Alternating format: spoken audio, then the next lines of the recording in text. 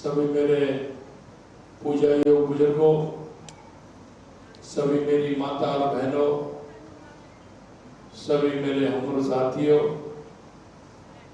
सबसे पहले तो मैं आप सभी को, क्योंकि ये ब्रज भूमि है और ब्रज भूमि में जब तक बंसी वाले की और गिरिराज धरण की जय नहीं बोले तो कोई मतलब नहीं है।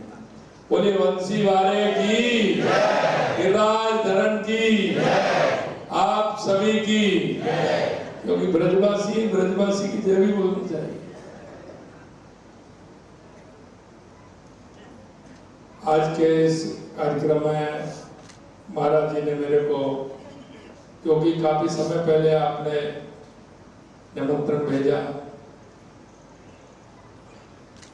मैं सीकर नहीं आ पाया था किसी कारण से, लगातार व्यस्तता। मेरे महाराज जी के मन में ये बात आएगी, सीकर भी कहा, यहाँ भी कहा, कहीं आए नहीं। तो मैंने कहा कैसे भी करके नवरात्रों में महाराज जी भागवत कह रहे हैं तो एक दिन भागवत में जाना ही है। निश्चित रूप से मैं धन्य हुआ हूँ कि आप सभी ब्रजवासियों के एक साथ इतनी बड़ी संख्या में मुझे दर्शन हुए हैं। मैं अपने आप को सौभाग्यशाली समझता हूँ। सबसे बड़ी बात यह है कि महाराज जी ने कहा ये ब्रज ही है और इस ब्रज की रज अपने आप में निराली है। गाय माता, हमारे संत, गंगा माता, यमुना माँ, ये हमारी संस्कृति है और हमारी संस्कृति में हम वृक्षों को भी पूजते हैं, पहाड़ों को भी पूजते हैं, नदियों को भी पूजते हैं, क्योंकि ये हमारी संस्कृति में भगवान ने कहा है कि मैं सभी में वास करता हूं। जब मालूम चला कि भगवान ब्रज में आने वाले हैं तो स्वर्ग में जितने भी थे उन्होंने आके पहले ही अपना स्थान जमा लिया कि भगवान ब्रज में आने वाले हैं। पीछे वाले जो थे उनसे पूछा कि हम भी ब्रज में जाने वाले हैं। यहाँ तो पुक हो गया, हे भगवान हमें कहीं भी जन्म दे दीजिए, किसी भी रूप में दे दीजिए, पशु के रूप में, पक्षी के रूप में, वृक्ष के रूप में, कहीं भी, लेकिन हमें ब्रज का वास चाहिए। तो सभी जिनके मन में ये थी कि मुझे भगवान को बाल रूप में दर्शन करने हैं, वो सभी देवी देवता सभी इतने थे, सभी ब्रज के अंदर आ गए। तो ब्रज की महिमा अलग ही है। और जब आप देखते हैं कि ब्रज में जो यहाँ की अलग भाषा, बोली और उसका आनंद और ठाकुर जी से कितना प्यार दुलार, तो ये सारी चीजें इस ब्रज के अंदर है। निश्चित रूप से ये गोधाम भी कहलाता है। गोधाम इसलिए कि भगवान कृष्ण ने गायों की सेवा करते हुए उनके लिए ही बहुत काम किए हैं और जब उनकी बंसी बजती थी तो गोधन ललायत होते हुए बिल्कुल उनके प्यार में चला आता था। और मैं आपको इसलिए कहना चाहता हूँ, महाराज जी ने कहा कि जब मैं मुख्यमंत्री बना तो मेरे पास एक बात आई कि गौशालाओं के लिए अनुदान कम दिया जा रहा है। उस समय 32-33 रुपए अनुदान था। तो मेरे पास जो मिलने आए थे उन्होंने कहा कि साहब 5 रुपए 7 रुपए आपको बढ़ाना चाहिए, इसमें 40 रुपए कर दो। मैंने कहा 40 रुपए क्यों कर दो? गाय का दिन भर का भोजन कितने में हो सकता है? उन्होंने कहा साहब 50 रुपए में हो सकता है। तो मैंने कहा गौशाला में गाय के लिए अनुदान 50 रुपए ही मिलेगा। छोटे बछड़े के लिए कितना हो सकता है कि साहब 25 रुपए में हो जाएगा। तो मैंने कहा छोटे बछड़े के लिए 25 रुपए करिए। अभी हमें गायों को जो अनुदान दे रहे हैं, 4,500 गौशालाएं हमारे राजस्थान के अंदर है, सभी को हम 50 रुपए और 25 रुपए का अनुदान सरकार की तरफ से उन गौशालाओं को हमारा पहुंच रहा है। उसके अलावा अगर उसमें कोई पानी की व्यवस्था है तो पानी की व्यवस्था हम करा रहे हैं। अगर 3 शेड की आवश्यकता है तो वो 3 शेड भी उनको गाय में किसी तरह से धूप में टीन शेड की भी आवश्यकता है, तो वो भी हम करा रहे हैं। मैं आपसे कहना चाहता हूँ कि हम गौ सेवा के लिए निश्चित रूप से आप जो कह रहे हैं हम करना चाहते हैं गौ सेवा, और हमने सभी गायों को ये अनुदान भी दिया है, टीन शेड भी दिए हैं, पानी की व्यवस्था भी हमने की है। मैं आपसे इतना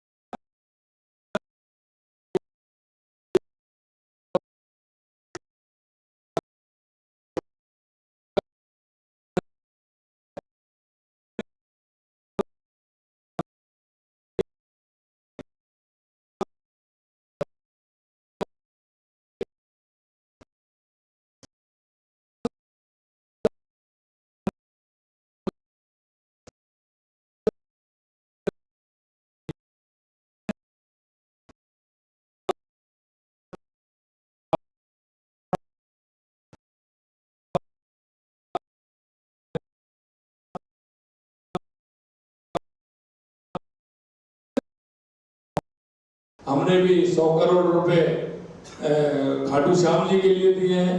हमारे जो राजस्थान में हमारा पूछरी का लोटा है उस पर काम प्रारंभ हो गया, उसके लिए भी कर रहे हैं। हमने भगवान कृष्ण जब मथुरा से संदीपन गुरु के आश्रम में पढ़ने के लिए गए तो हमने वो कृष्ण गमन पथ हम बना रहे हैं, जिसकी जहां जहां होकर के भगवान कृष्ण संदीपन के आश्रम गुरु के आश्रम में गए वहां के मंदिरों को भी सुधार रहे हैं, उस रास्ते को जिससे लोग पदयात्रा आराम से कर सके और भगवान के उन पद चिन्हों पर चलते हुए उस यात्रा को हम अविस्मरणीय बनाना चाहते हैं। लगातार उसके लिए भी हम काम कर रहे हैं। मैं आपसे कहना चाहता हूं कि हमारी सरकार जहां भी आवश्यकता है हम उस काम को कर रहे हैं, लेकिन साधु संत महंत हमारे सभी हैं, उनको इसके बारे में ज्यादा पता है। आपके अगर कोई और ऐसे प्रस्ताव आएंगे तो निश्चित रूप से हम हमारी संस्कृति के लिए, हमारी गौ माता के लिए जो आप आशीर्वाद देंगे, जो आप कहेंगे, हमारी सरकार पूरी तरह से उसके लिए करने के लिए तैयार है। भाइयों, मैं अपने आप को धन्य मानता हूं क्योंकि मैं अभी से नहीं, पहले से ही है। अगर मेरे को कहीं कोई निमंत्रण भी नहीं आएगा, अगर मेरे को किसी गांव में होके मैं निकल रहा हूँ या रोड पे होकर के जा रहा हूँ और मुझे ये मालूम पड़ जाता है कि यहाँ भागवत कथा हो रही है, तो चाहे मैं 2 मिनट 5 मिनट 10 मिनट उस कथा में रुक करके मैं भागवत कथा को प्रणाम करता हूँ और जितनी मेरा पास समय होता है 5-10 मिनट घंटे में बिल्कुल सुनता हूँ, क्योंकि भगवान कृष्ण ने कहा है कि वो साक्षात हमारी जो भागवत है साक्षात भगवान कृष्ण है। अगर उसमें आप मनन करेंगे, चिंतन करेंगे, तो आपको लगेगा कि ये जो वाणी इसमें है, और माननीय हमारे स्वामी राजेंद्र दास जी द्वारा आपको उस वाणी का श्रवण किया जा रहा है, निश्चित रूप से भगवान कृष्ण ने इस भागवत माँ के अंदर सब कुछ विराजमान है, और मैं तो कहता हूँ भगवान स्वयं इसमें विराजमान है। इसलिए भागवत को हमें मन से सुनना चाहिए, उसके अनुरूप हमारा आचरण भी हमें करना चाहिए।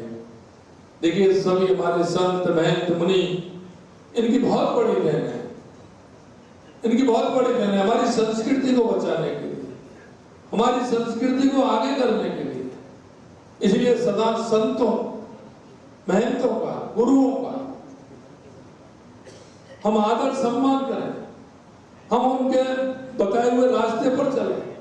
वो कई बार कहते हैं कि ये कुआं इसमें मत गिरिए, खाइए इसमें मत गिरिए, लेकिन फिर भी नहीं मानते। इसलिए मैं कहना चाहता हूं कि ये भागवत कथा के माध्यम से, राम कथा के माध्यम से, और महाराज जी मैं तो आपको एक और कहता हूं, जो आप गौ कथा कहते हैं ना, तो निश्चित रूप से मन आनंदित हो जाता है जब आप गौ कथा सुनाते हैं। तो गौ कथा को भी सुनिए गा के अंदर, क्योंकि गाय के अंदर 33 करोड़ देवी देवता विराजमान है।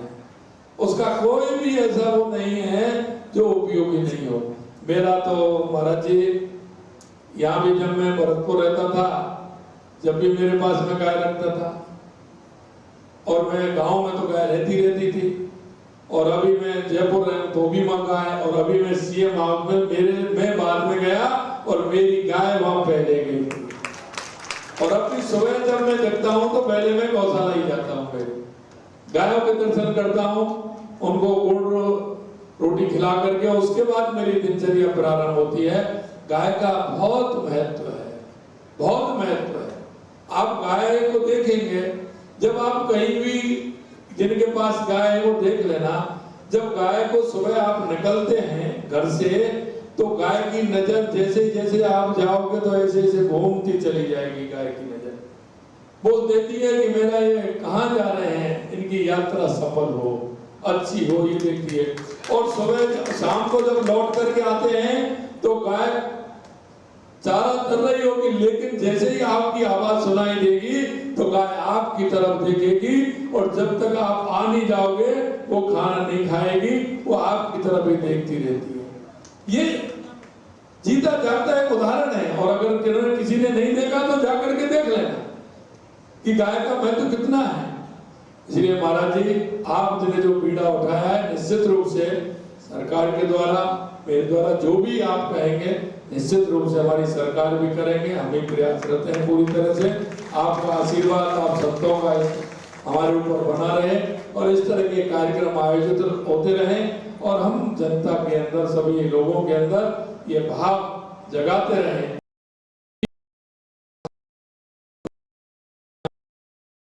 इतना ही कहना चाहता हूँ कि आज सभी के आपके दर्शन हुए, सभी हमारे संतों के, महंतों के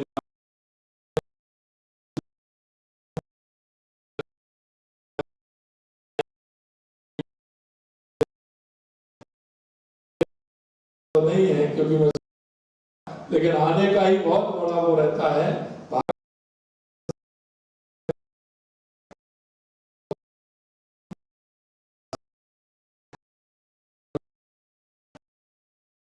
अब हम जड़खोर गोधाम के विशिष्ट न्यासी हैं, हम चाहेंगे आदरणीय मुख्यमंत्री जी पधारे हैं तो जड़खोर गोधाम की ओर से माल्यार्पण करके दुशाला उड़ा के उनका सत्कार करें। गोपाल जी अग्रवाल, विजय जी गंजानी, अतुल जी अग्रवाल, आप पधारें, और साथ में जिनका